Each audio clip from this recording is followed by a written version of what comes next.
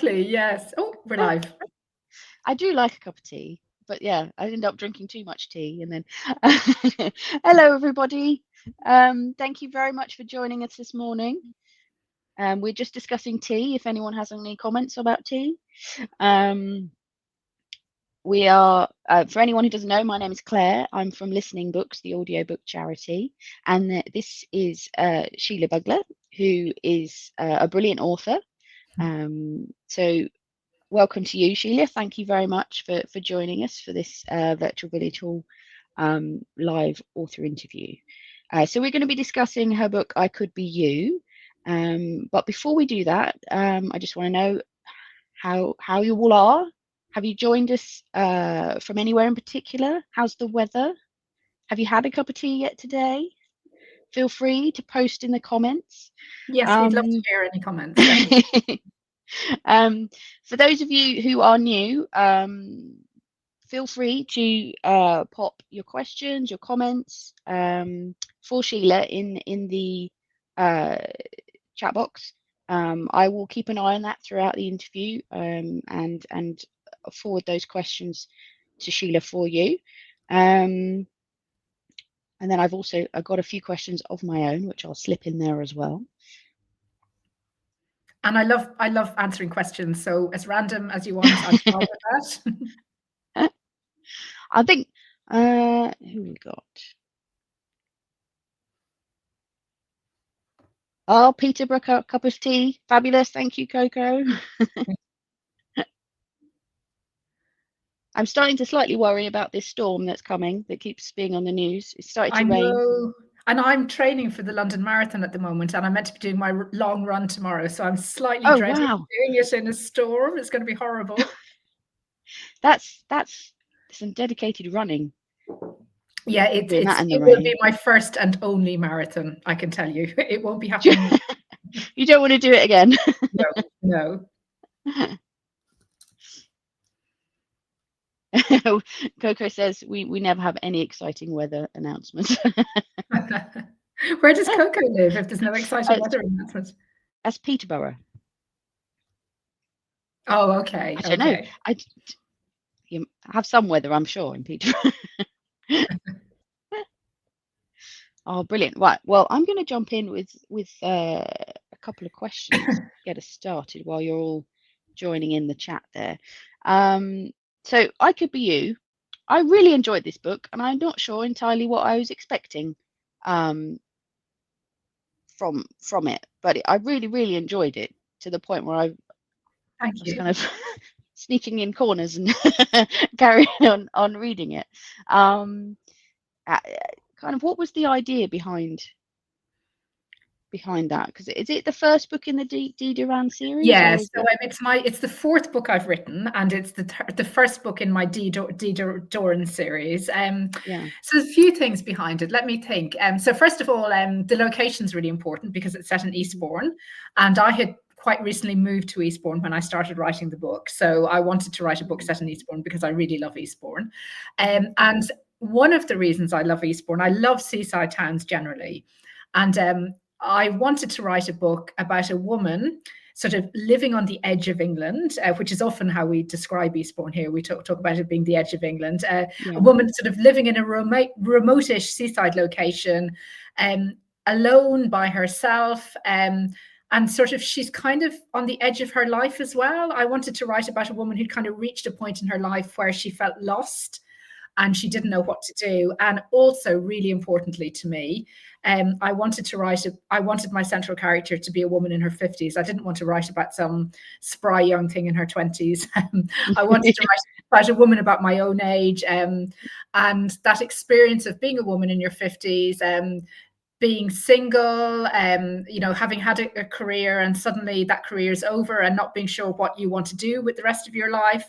So they're all themes I wanted to explore in the book. And that was the starting point. That was D. I knew from very early on I wanted D to be a journalist. I didn't want to write a book with a detective as my main character because I'd done that with my previous series. and I'm a little bit lazy when it comes to research. And if you're writing a police procedural, you have to kind of do a lot of research to get that right. So it just seemed easier not to do that. And so they were all the starting points, really. And then I had a few chats with my agent, and we spoke about the idea of writing a book around the theme of sort of mixed identity, and then so that was the starting point, really. And also the opening scene in the book, that idea of a woman found dead with a buggy beside her and the baby missing, that was an idea I'd had for a long time. So I was really keen to write a book with that as the opening scene. So they're all the starting points for the book. Yeah, you did really get a love how much you liked Eastbourne, even though obviously there's this event going on, but just the descriptions of it and the weather at the time that it's set, and it was it made me want to visit Eastbourne, really. Eastbourne really is, it's such an interesting place because it's midway between Brighton and Hastings, which are both very kind of cool and trendy towns. And Eastbourne has this reputation as being God's waiting room. It's where people move to when they've retired.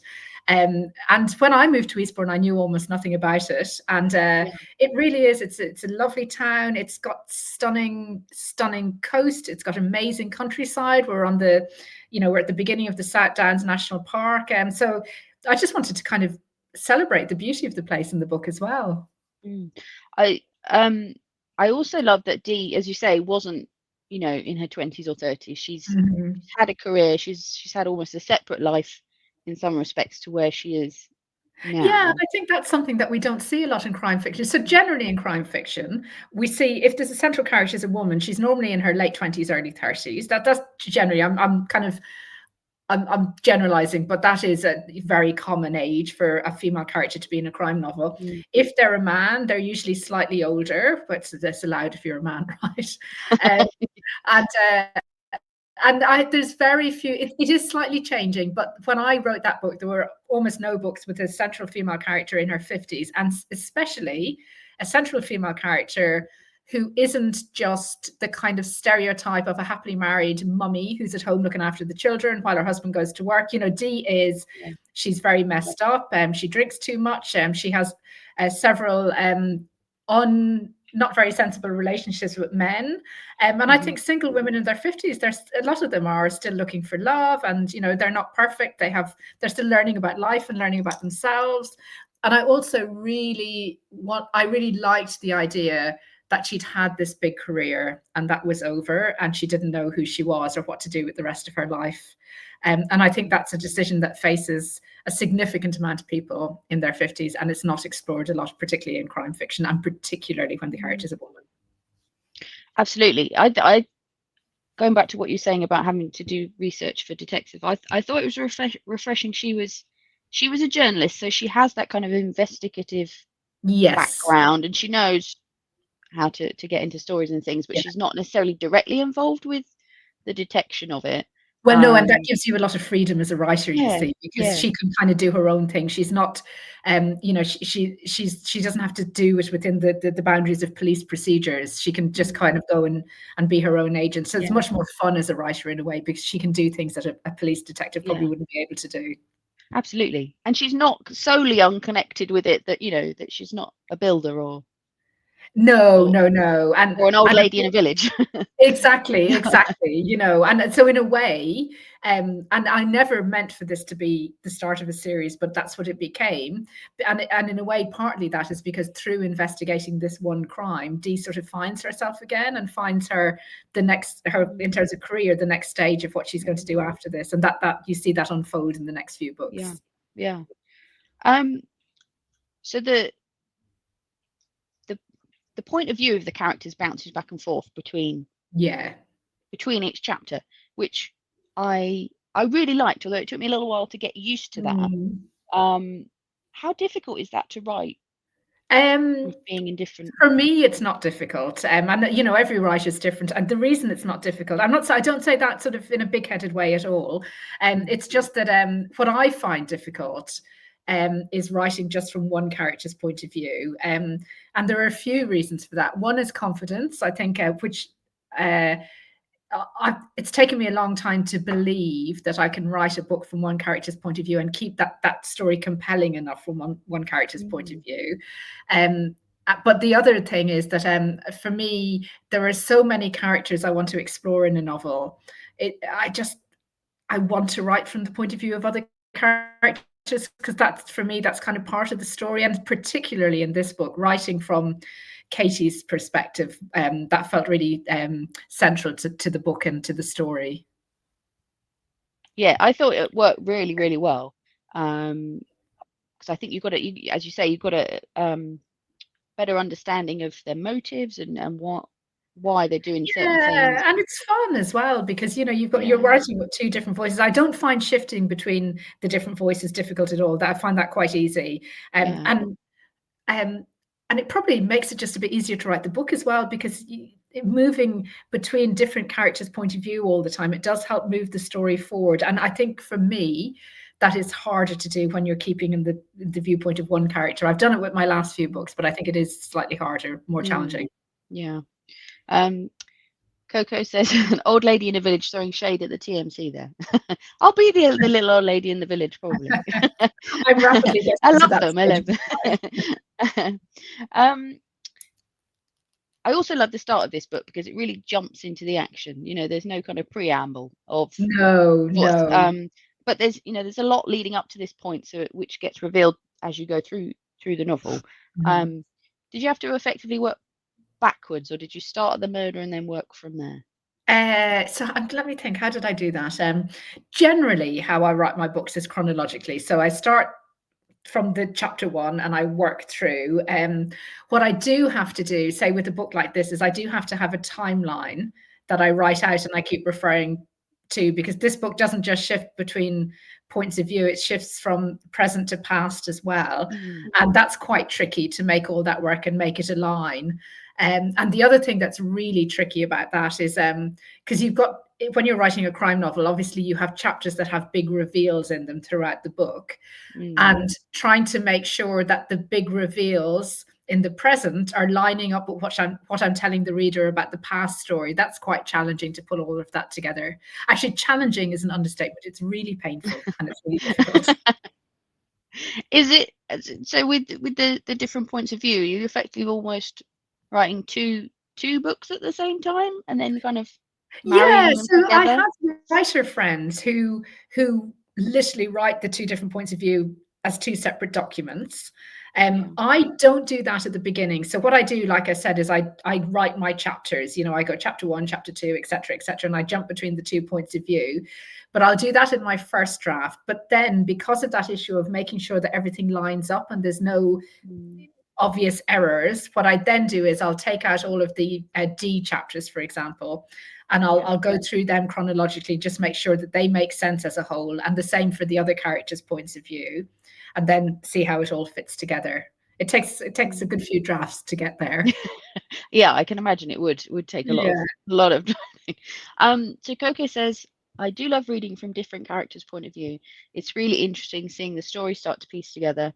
And it's also fun knowing everyone's secrets. It is. There's lots of secrets in this. Yes, there are lots of secrets. But then, Coco, what I would say is, okay, the secrets are big in this book. But one of the things I really like exploring as a writer is how everyone has secrets. And all of us show a certain side of ourselves to different people. So the person you're seeing today is nice, Sheila, but it's not the Sheila who's home with my husband and is really grumpy because he hasn't emptied the washing machine, for example. We show different sides of ourselves. And also the other thing that I'm really interested about is that if people have big secrets, how does that that kind of affects how you live your life and the relationships you have with people? So all of that I just find really interesting as a writer to explore all of that. And I think you see that in this book, particularly with the Ella character, how having a big secret has really impacted her whole life, really. Yeah, it really has. We have a question from Paz, and they say, do you have ideas as you go, or is it all planned before you start to write? Hello, Paz. That's a great question, and it's one that writers are asked a lot. And for me, I have an idea of I'll have a central idea, which often is just the image. So, for example, with I Could Be You, the central image was a woman, a dead woman is found in a street or in a road, and there's a buggy, a child's buggy beside her, but the baby is gone. So that was the central idea. For some writers, they'll have that central idea. They will then sit down and they will plot out a novel from start to finish before they write it. And I would love to be a writer like that, but unfortunately I'm not. I find the only way I can write my story is to write it and see what happens. And I don't think it's the most effective way to write a book, but I have tried to be a plotter and plot everything first, and that just doesn't work for me. So often I will literally sit down to write and I won't know what the next sentence is going to be. That's how much I'm winging it when I write my first draft. And eventually, when I've got the basis of the story written out, then I'll start to kind of I'll start to think more about the plot and what works in my first draft and what doesn't work. But often, and some writers like this puts fear in their hearts, often when I'm working in a book, it's not until the very last draft that I'll know how it all comes together. So that's a kind of scary way. It keeps me interested, I guess, but it's also quite a scary way to do it. That kind of led me to the question, because I had quite a few, what's going on moments when I'm reading the book. Do you get surprised by where it takes you? Amy, is that we? Yes, yeah. God, I get completely surprised. Yeah, and I think for me, that's one of the reasons I love it. And actually, I think what happens a lot is that I write and I throw in lots of cliffhangers and lots of twists as I'm writing, and then there's a really long period where I think about every twist and I love it, but I have to think about, can I make this work in terms of the story? If I can, brilliant, it stays in. But there are a few twists that I just have to let go because they just don't work. They're great at the end of a chapter, but they don't work within the context of the novel. Yeah. But yes, I'm always surprised. Yeah. So Amy was asking, have you ever written most of a book and then just decided it didn't work, or do you always make it work? No, well. Yes, Amy. So often I'll write about 50,000 words, which is more or less half a book, and then decide it doesn't work and I have to completely rework it. And that is really, it's really painful. But sometimes that's just what you have to do because, like I said, I have to write my way into the story. Luckily, I'm a very fast touch typist. Otherwise, none of this would be happening at all. But yeah, and Amy, sometimes it just doesn't work. And sometimes it can take a long time for you to accept that if you've put a lot of work into it. And actually, that's why where an editor comes in really key to the process, because when I wrote my very second book, I kind of knew the book didn't work. But I had a deadline, I had to send it to the publisher, and I kind of knew the book didn't work. I wasn't happy with it. And I had an editor at the time who basically came back and said, this isn't working. And even though that's a hard message to get at that stage, I was really relieved that she had said that, because it kind of, it meant I had to rewrite the book in a very short time scale, but it meant I had a much better book at the end of it. Yeah, I imagine that would be hard, but yeah, if you come out with something better at the end. Yeah. Paz says, I love that. It sounds more of a fun and exciting way to write. It's also more terrifying, by the way, Paz. So we have a question from Jenny. She says, hello, I was wondering how long you've been writing for and what led you into or inspired you to become an author. Hi, Jenny. I love this question. Okay, so I have been writing. I can tell you how long I've been writing because I started writing when my daughter was born, and she's now 18. So 18 years.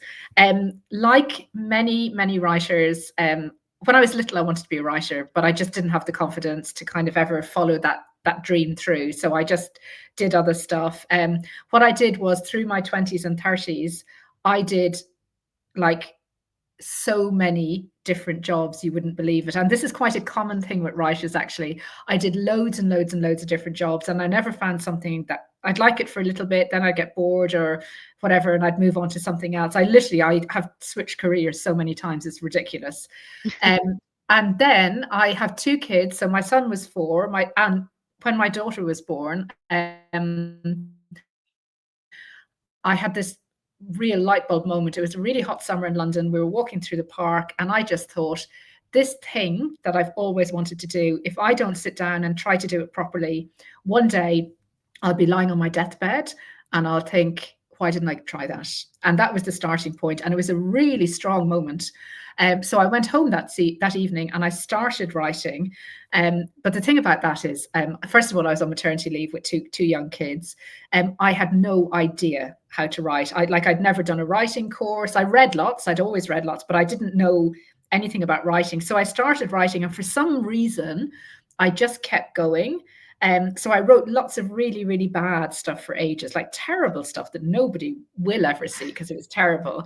But in writing that bad stuff, I was learning how to write.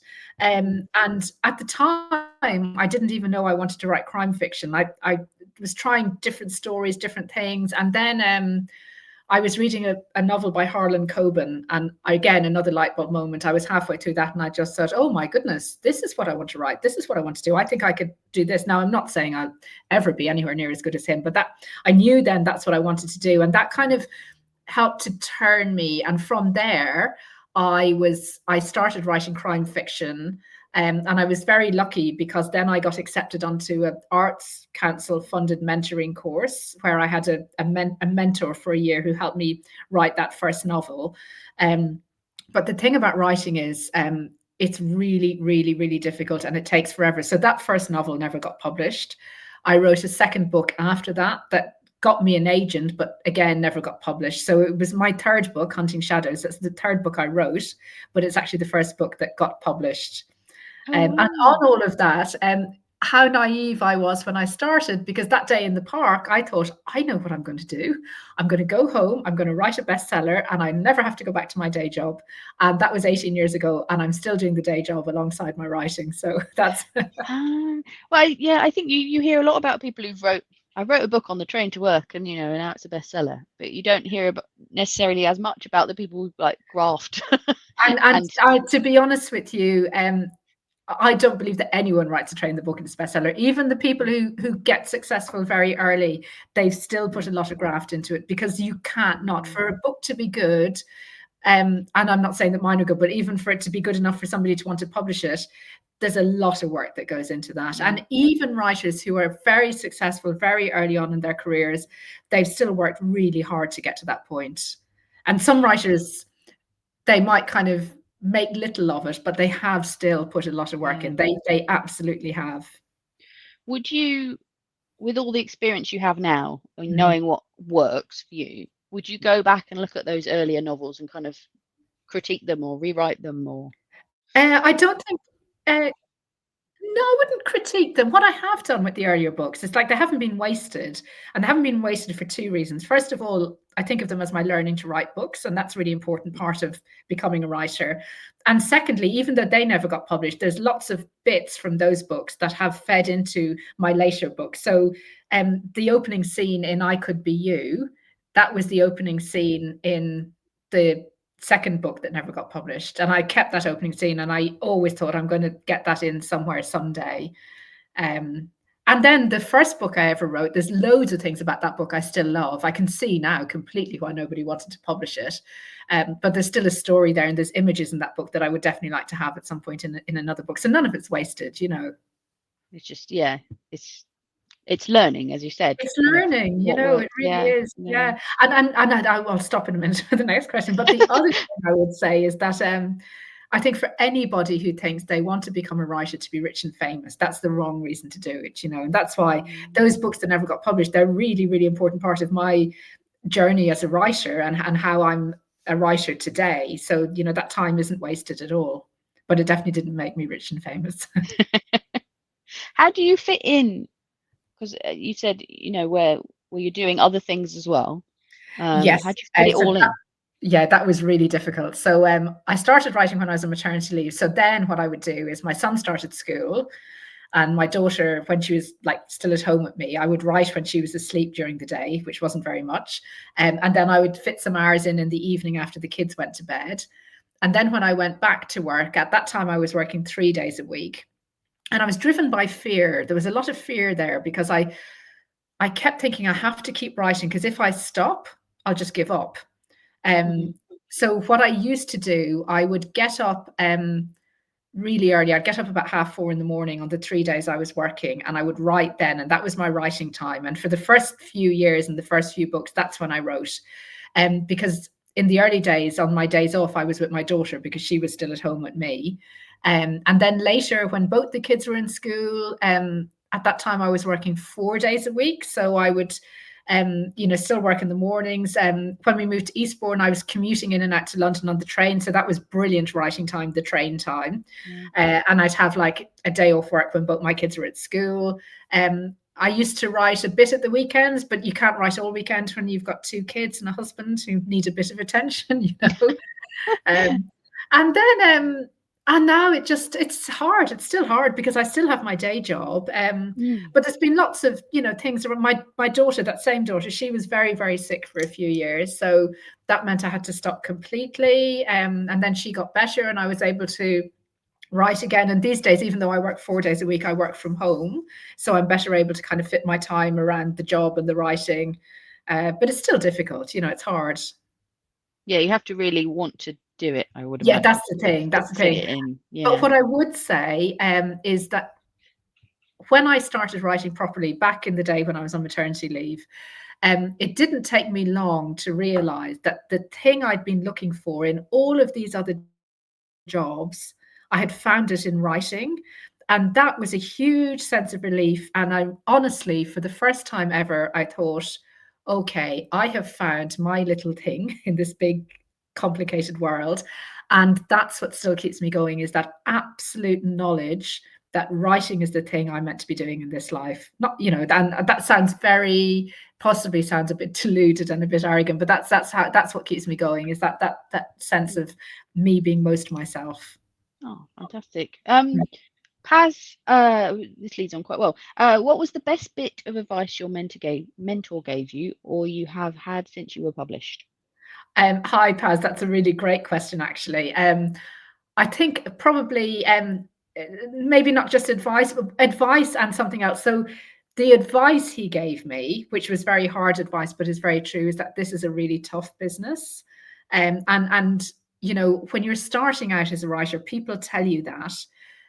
But in your head, you you kind of believe it, but you still think, oh, but it's going to be a little bit different for me, or I'm going to get there a bit quicker than other people. And that's not true. So that was really key advice. That this is a really tough business and you just need to knuckle down and accept that. And, like I said, you're not in this for fame or fortune, you're in it for the writing. But the other thing he gave me, which wasn't advice, but which was so valuable, was he gave me belief in myself as a writer. Because he really did believe in me as a writer. And at the time, as somebody who had never met any other writers, I didn't know anything about them. That was hugely valuable, because until that moment, nobody else had seen what I was writing. And you do think, am I just completely deluded? It's like and I did think about this a lot. I would think about the people who go on to X Factor or talent shows and clearly have no talent, but believe they have. And I kind of knew, so the logical part of my brain knew that my self-belief and this feeling I had, that I could be wrong about all of that. And so it was lovely for somebody to kind of say, yes, you can write and you are a writer. That was huge for me. Yeah, having someone believe in you that you can do it must be a huge boost. And somebody who I really respected as a writer. That was huge. Yeah. So Amy asks, I know some crime authors write books in other genres, sometimes under a pseudonym. Would you ever be tempted to write in a different genre? Amy, would I? I'm not sure is the answer. I think I don't think so is the quick answer. I think I might be tempted to write a different type of crime fiction. So I don't write thrillers, for example. I might be tempted to write a thriller one day. And if I did that, possibly a pseudonym, because writers like to identify you with a particular type of book. But no, I feel like in my sort of soul, I'm a crime writer. So I couldn't see myself going off and writing a rom-com, for example. I don't think that would happen. Never say never, but at the moment, that's how I feel. Excuse me. Some of the characters in the book, they're quite flawed. As you get to know them, and it can be a bit hard to kind of feel sorry for them at points in the book. Did you find it easy to make them or relatable, or to make it psychologically, the actions make sense to what they have experienced? first of all, yes, I think all the characters in the book are flawed, really. And I have definitely had feedback from some people that they don't like Dee, which I'm kind of fine with, because you know, you can't expect everyone to like everything you write anyway. But for me, you know, I just think we're all flawed to a greater or lesser degree. Now, you know, there are certain characters in the book who do terrible things, and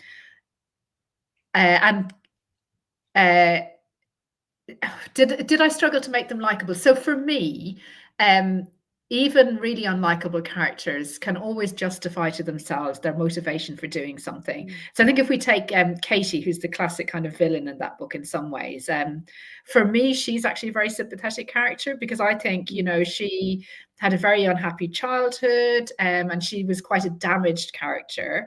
And so she reacted to that in a very damaging way, in a way that was damaging to other people. But in my head, I could see the reasons why Katie acted the way she did.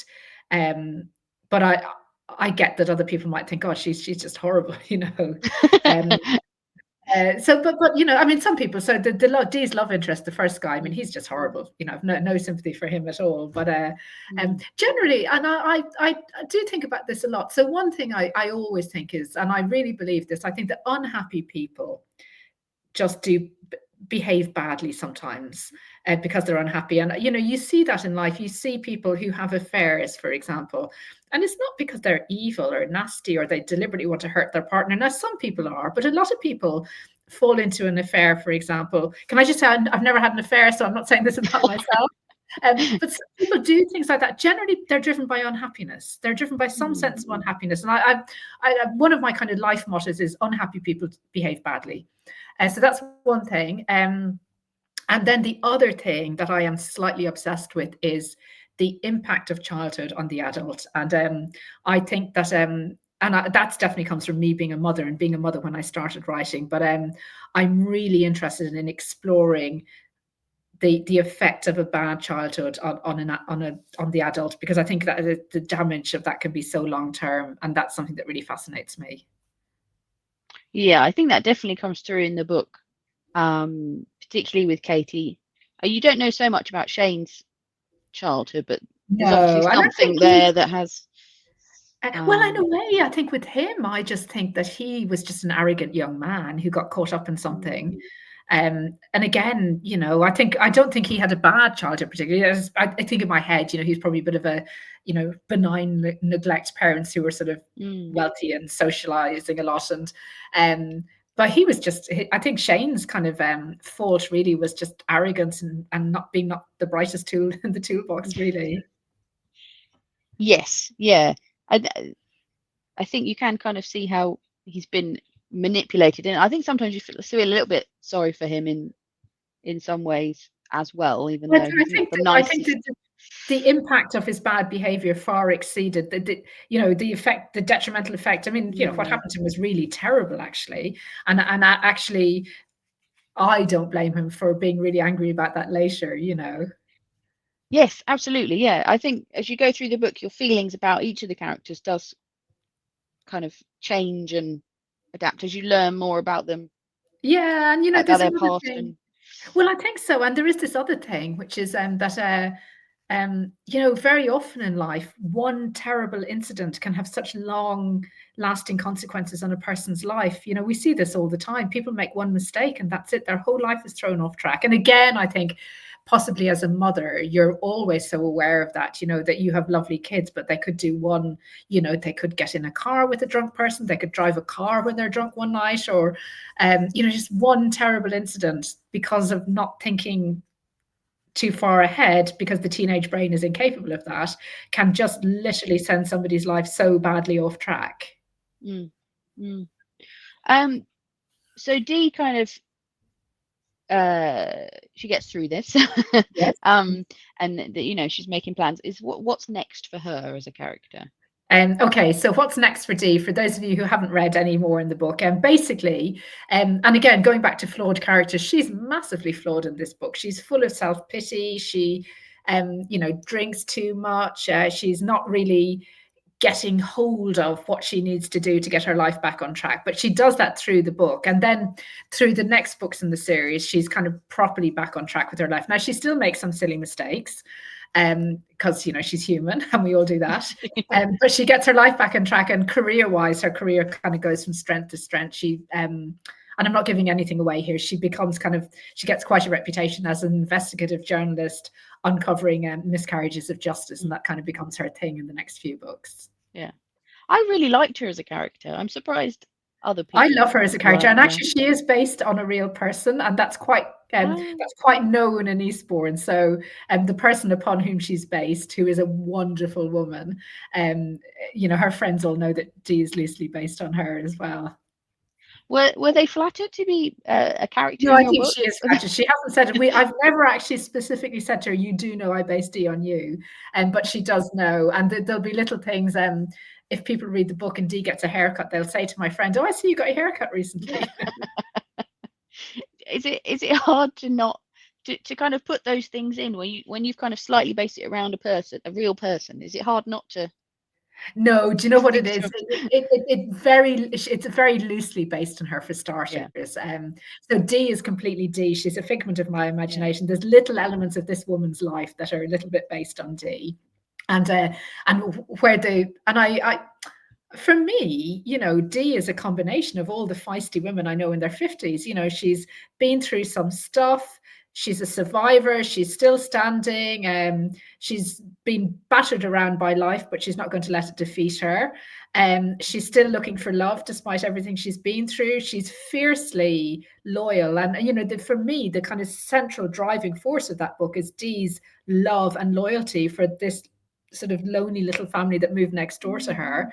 And she's also driven by a lot of regret, you know, her regret at marrying a man that wasn't the right man for her, her regret at never having had children. But again, you know, that knocks her back for a little bit, but then she plows on and she gets on with it and she stands up and she fights through. I think she's I love her. I mean, I really do love her, actually. Yeah, I do. I think as you say, you know, she's had all these things that have gone on, but it's not let her stop going forward, which I think is brilliant. Yeah. So Kat on Facebook, she says, "Hi, love listening books. I'm dyslexic and it's given me so many more books to listen to as I had worn out the library once." Oh bless you. Thank you, Kat. Can I just say, first of all, let me just reply to Kat. I just want to say thank you so much, first of all, and thank you to everyone who takes out my books and listens to them. That means a huge amount. And often authors are asked if we get any money from books that are taken out in libraries or audiobooks. Yes, we do. So please keep supporting your local libraries and getting audiobooks from them, or from wherever you want to. But also, Kat, my daughter is very dyslexic, so I hear you, and she listens to a lot because she finds the words all move around, and reading is very difficult for her. I also think dyslexic brain is amazing, by the way, but that's a whole other conversation. The dyslexic brain is amazing. I'm not dyslexic, but the more I learn about it, it's very, you know, very, very amazing. I read somewhere that you run writing workshops. Is that right? I have run writing workshops. Yeah. I have done. The only reason I'm not doing any at the moment is time. You know, work, and the marathon is taking up quite a bit of time. Yes, I have. Yeah, and I love it. Is that because you like the sharing advice or the meeting the people, or do you learn a lot from? I love it because first of all, I love talking about writing, and it's lovely to talk about writing with aspiring writers.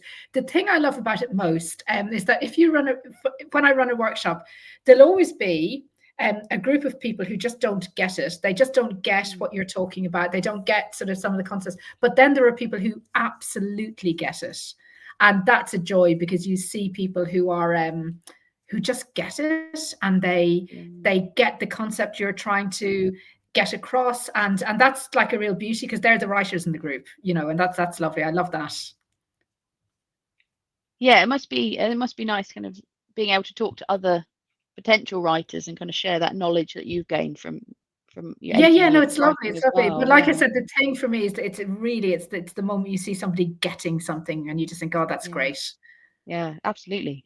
Paz says, have you listened to the audiobook of I Could Be You? Did you enjoy it, and were you happy with the narration and the emphasis the narrator used, etc.? Okay, Paz, first of all, that's another great question. I haven't listened to the audiobook, and basically, I'm a writer that when my book is done, it's gone, and I don't think about it again.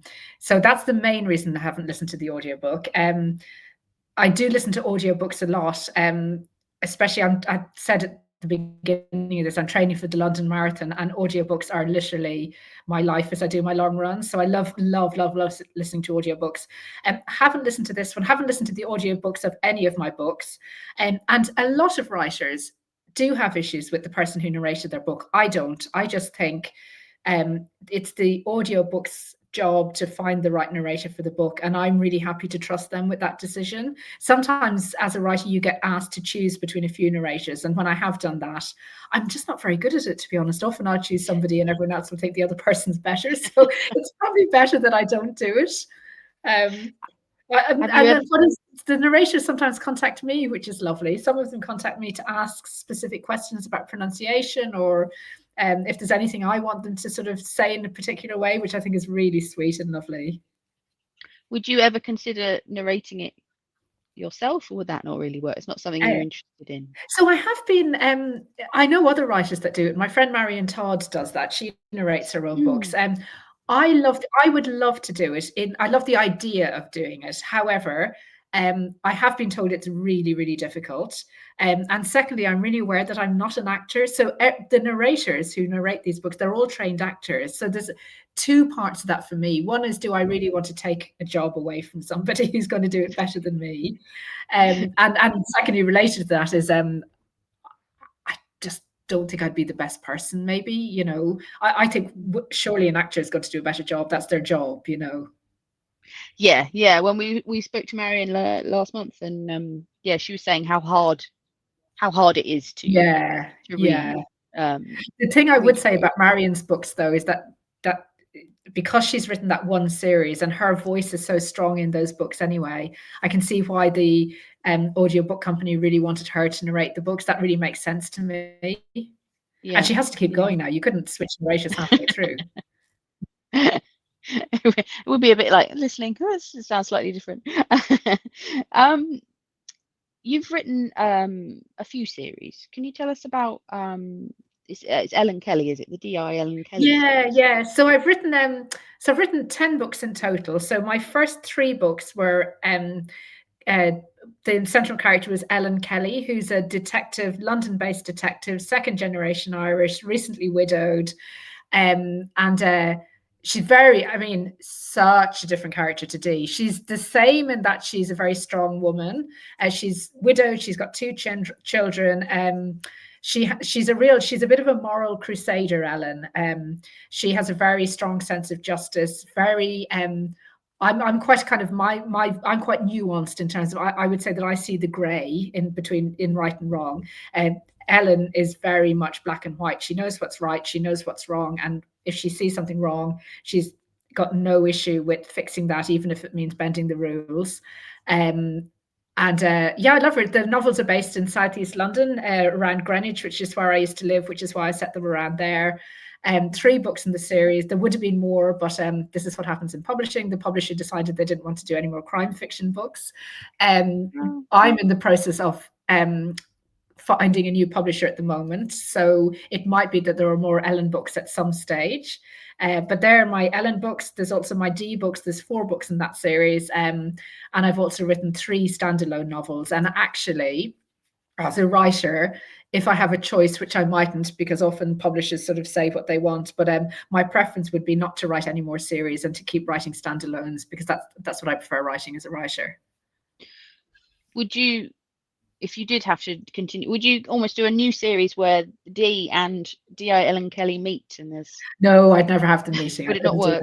No, that makes me feel slightly ill. That's like they're such different worlds. They are. Sorry, carry on. Sorry. And I was going to say, it would be really interesting to go back and revisit Ellen all this time later, because, you know, I think the last Ellen book came out in something like 2016, so that's a long time ago. Yeah, it is. Yeah, I suppose, and you'd come to it with a very different experience to it, because it has been quite a while. Yeah, So it would be an yeah, interesting completely. one Yeah. to return to, definitely. Um, Jenny says, if any of your books were to become a film or TV series, which actors would you visualize playing the strong lead roles? So do you know the actor? Is her name Amanda Redmond? Redford? Oh, what's her Redmond, name? Amanda Redmond. Is it Redmond? Yeah, Yes, she was yeah, in yeah. Matrix anyway. I always Mm. see her as Ellen. No, not as Ellen, as Dee. I see her as Dee. Even though Oh, she's, yes, I can see that. That would yeah, work. yeah, Yeah. I could see her as Dee completely. Ellen, I'm not so sure actually. I'd have to think about that. And Ed in my um, Ed in my D books. Who would be Ed? Somebody lovely and little bit. Somebody like John Gosh. Thaw, if he was still alive, I think would be a nice Ed. Oh, yeah. No, he would I be love Ed, by it. the way. I just Yeah. want to say that. Oh, and also, of course, because you haven't read the other books, but Ed becomes a character. Oh, good. I like Ed. So Jennifer fantasy question, Jenny. It's so hard to think. I It loved is. Ed. It I is loved really writing him. hard, and I think they would bring their own interpretation to it a bit as well. So Yeah, yeah. And also, basically, Jenny, the bottom line is I wouldn't care. Like, if anybody ever wanted to turn any of the books into a TV series, I'd be delighted. I think particularly this book would make a really good, even just a standalone um, drama. Would be Well, do you know really, what really was good. really not upsetting? That's way too strong a word. But about 2 years ago, I think it was ITV had a TV series. I think it was called Flesh and Blood. But basically, it was based in exactly the same stretch of beach where Dee lives, and they had all of that beautiful, shots of that whole area, and it was all set in Eastbourne. They didn't say it was Eastbourne in the book in the TV series, but it was clearly Eastbourne. And the house they lived in was literally almost exactly where Dee lives in the book. So I was very happy with them Oh, about that. it's like ruined it for me. So Kat says, I love detective books and often lead onto other authors' other books from them. Yes, so do I, Kat. And actually, I that's how I find my new writers, Cat. Is I obsessively just keep going. Read one book, and then often when I less now because I know the world of crime fiction so well. But when I started out, reading crime fiction, often I would look at the author quotes in a book, and if I didn't know who that author was, I'd go on and I'd look up them and stuff, and that's how I'd explore. And yeah, I'm I glad you like definitely detective do that. books, Cat. So do I. Love them. So I'm just having a quick look at the time. If you've got any more questions, please do put them in the chat, and I will ask them. I think for the last 10 minutes, let's talk about your new book, which is Dark Road Home. Yes. And Okay. that's hopefully Lovely. what we're gonna get into the catalogue soon. Can you tell us a bit about what that is about and who's in it, and Yeah, so hopefully Dark Road Home is my 10th novel. It's the first book I've written set in Ireland, which was a really big deal for me. It's also the first, going back to an earlier question, it's the first book I've written from one person's point of view, apart from a prologue and an epilogue, but otherwise it's all told from the viewpoint of one character. The central character is a woman called Leah Ryan. She has returned to Ireland after an absence of nearly 20 years. She goes back to the hometown where she grew up in. And as in all the best crime fiction, she left for a reason. And when she comes back, that reason comes back to haunt her a little bit. And the novel really is, it's very personal to me because I grew up in a small town in Ireland, but it's really about going back to the conversation we had earlier about secrets. It's about the secrets in a small town. And there's this idea that in a small town everyone knows your business, but actually that's completely not true, because even in a small community, people work even harder to keep their secrets secret. So it's all about the secrets that are hidden in a small community and what happens when they come to light. So that's the book, and I loved writing it. that sounds like a definite read for me. Is it nice to kind of go back to an area of your childhood? Did you have to do more research because maybe you've been away from there for a Yeah, well, while? the And thing is, I've lived out of Ireland. I've lived out of Ireland for longer than I ever lived in Ireland. So that's why it took me so long, I think, to write a book set in Ireland, because I was so scared of getting it wrong. And also, I really love Ireland. So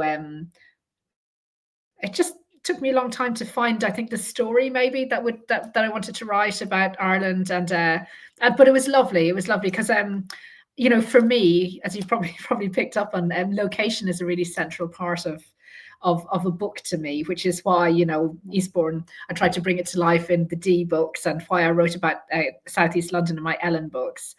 But actually, in this book, even though I hope the Irish setting is very authentic, for the first time ever, I set it in a fictional town.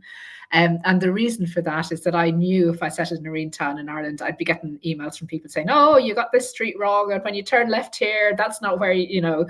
And so it's easier just to set it in a fictional town. But apart from the name of the town, even the town itself is actually based in a real place, but people don't need to know that. It's based on a combination of two towns. Yeah, so that was lovely. It was very difficult though. It took a long time. And that the book I'm writing at the moment, that's set in Manchester. And that, again, that's because that's where my son is at university. So I know Manchester and I love it. So it's quite fun to set a book there. Yeah. What do your children think about your writing? Do they read your books, or well, the gorgeous thing about this, and this is not uncommon. My family, they love that I'm writing books. They love that it makes me happy, and they're very proud of me. They have zero interest in reading anything I've written. My husband's not read any of my books. My son read Black Valley Farm, my last book, which he did really like. But he hasn't read any of my other books, and my daughter hasn't read any of them, no. And I think that's fine because you know, it's not like my husband's a lawyer, but you know, I don't ask him about. Actually, he's a criminal defense lawyer, so you'd think he would be of use to me, but he's not. He's of use in other ways, but not in terms of my writing. Yeah, so he. He'd be a good source of information and research. What he does do sometimes. So I write upstairs, and if he's downstairs, I'll shout down the stairs, and I'll say, if a body was found in this location, what would happen if? And he kind of gives me the legal perspective on that. So that's quite useful. Yeah, I imagine. Yeah, because you do want to get it right when you're. Yeah. And the other thing is, obviously, any scenes in my books where there's an interview in a police station, I can get him to check that the police would say this. Because in crime fiction, that people, not writers, but more in TV, they get that wrong a lot. So, you know, you're very restricted in a police interview situation in what you can say and when you can say it and all that stuff as a police detective. Yeah, I think sometimes you can have artistic license, can't you? But there's certain situations where it has to be correct. Yeah. And I think writers are much more cautious of that. I think with TV, they just take more license because they're able to, and people don't care when they're watching a TV series. And I guess because it's not written down, but oh my God, yeah, writers do have to get it right. And we will get lots of angry emails from readers if we don't, which is fine because, you know, we should get it right. It's true. I think I've just got one final question looking at the time. Do you like interacting with your fans and with the books? Do you like hearing their opinions? Yes, I absolutely love it. Love it. I could do events like this all day. I could, I know there's this cliche that writers are introverts who sit in a little room and don't like interacting with anyone. And in my experience, that's not true for most writers. I think we love meeting readers. Crime writers in particular seem to be extroverts. We love meeting people. We love talking to readers. So I would say to anyone here who's listening to lots of audiobooks, and if you listen to a writer you like, get in touch with them and tell them you like their book. Nothing is better. Honestly, nothing is better for a writer than hearing that. If you really hate a book, maybe maybe don't mention it. People really love getting feedback from readers and hearing from readers. And also, I never mind if I'm at an event and somebody says, oh, I didn't like this character, I didn't like this book, because that's fine. That's your prerogative as a reader, completely. Yeah, absolutely. Well, thank you so much for joining us today. Thank you. Well, thank you so much. Thank you for listening to brilliant. It was really good. I loved I Could Be You. Please do borrow it if you're a Listening Books member. It's a really interesting, clever read. Very exciting. If you